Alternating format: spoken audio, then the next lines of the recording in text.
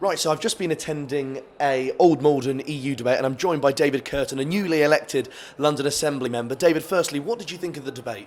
Well, it was a very tough debate. It was a very feisty debate, and the closer we get to the time, I think the more forceful and the more the people want to put their arguments across because it's coming up to the debate. So it was far more intense in terms of people debating, in terms of people wanting to win the debate than I've been at before. The issue of Euroscepticism was previously quite quiet. I mean, UKIP were a minority party at the time, and now you're getting cabinet ministers who want to leave and whatnot. Why do you think UKIP's responsible for bringing it to the public frame, and why do you think it's suddenly spiralled out of control? Yeah, absolutely. I do. And well, as a UKIP member of the London Assembly, I do definitely think that UKIP were really responsible, and Nigel Farage, over 20 years or more, fighting and campaigning to have a referendum. He is the main person who got this country to the point where we are having the ability and the opportunity of having a referendum. And I think it does come back to the last couple of elections with David Cameron was very, very afraid of losing seats to UKIP and losing votes to UKIP. So he promised a referendum before the 2015 election, probably thinking that he wouldn't have to call one, but he'd said it, and so he had to go ahead with it. He had to go through with it. He thought he was going to win, but actually now things are swinging towards the Leave side winning the debate and actually bringing this country out of the European Union. I'm at university. What would you say to young people who are perhaps on the fence? Why do you think they should leave the EU? I think we should leave the EU because we have a whole world out there, and people often make the argument that the European Union is not perfect, but we can reform it, and they're our closest neighbours in terms of countries. We do a lot of business with the EU, and those things. Yeah, it is true that we do business with the EU, but half of our exports go to non-EU countries, and I think we will still be friends and good neighbours with the EU. Specifically, Article 8 of the Lisbon Treaty says the European Union must be good neighbours with the countries it borders, the countries that surround it. So I think as well as having the European Union, we can make far, far deeper cooperations and deals and work with other countries and friends and partners around the world, like Australia, like the Commonwealth countries that we in many ways turned our back on in the 70s. There's a whole opportunity, a world of opportunity out there, as well as the European Union. We need to look at the world as well. Do you think the EU is democratic? No, not overall. It has it looks like it's democratic. What people need to understand is that the European Union, it has 7 branches, but there are 3, the most important branches which deal with legislation, is the Commission. The Commission is unelected entirely. Jean-Claude Juncker is the head of the Commission, and you probably don't know the names of any of the others. They propose legislation entirely. Then there is the Council of Ministers, which are the 28 heads of government, and then there's the Parliament. So the Council and the Parliament have to agree on the legislation proposed by the Commission, and then if they both agree, then it becomes law, the directives and regulations.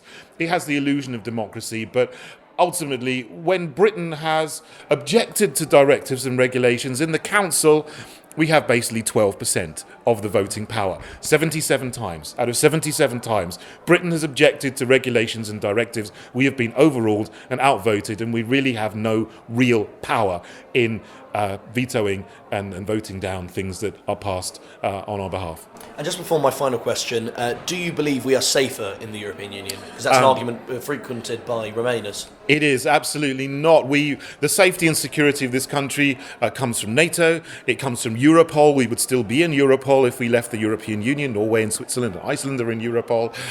If we continue with the European Union project, it wants to expand into Ukraine, into Turkey. It's got arrangements with trying to make a free trade deal with countries in North Africa. And you've just seen what's happened with the migrant crisis over the last year. It could have been handled so much better, but the dilly-dallying, the just not coming to a decision and coming to action quick enough has meant that the migrant crisis we have has spiraled out of control, and we have possibly thousands of ISIS terrorists wandering the European Union at the moment.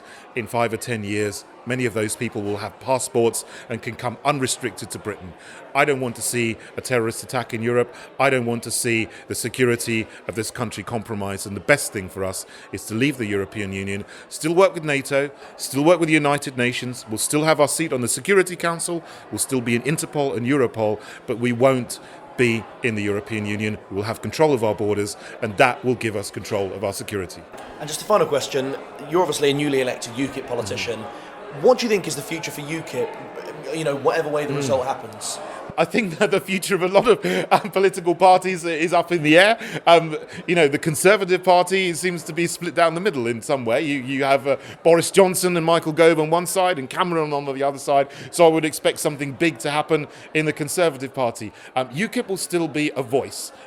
Whatever happens, we do have unique takes on many other areas of policy, which of course don't get talked about at the moment because the referendum is a big thing. But we have policies on housing, we have policies on transport, policies on education, policies on defence and on police and crime. So we do have a unique position on all of these other issues, which really, I think, are very, very common sense. We're not from the left or the right particularly, but we just common sense. We listen to the voice of the everyday people, and we want to put in policies in place which enhance and make and give prosperity to ordinary people.